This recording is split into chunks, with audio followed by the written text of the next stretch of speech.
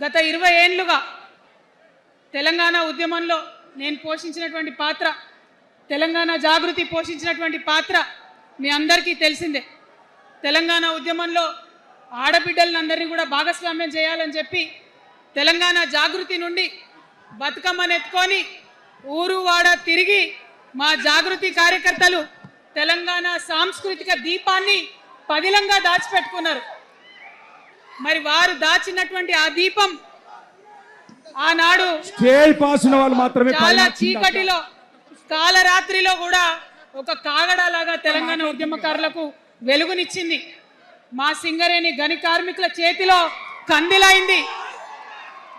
మొత్తం తెలంగాణ సమాజానికి కూడా ఒక కాంతి రేఖ అయింది.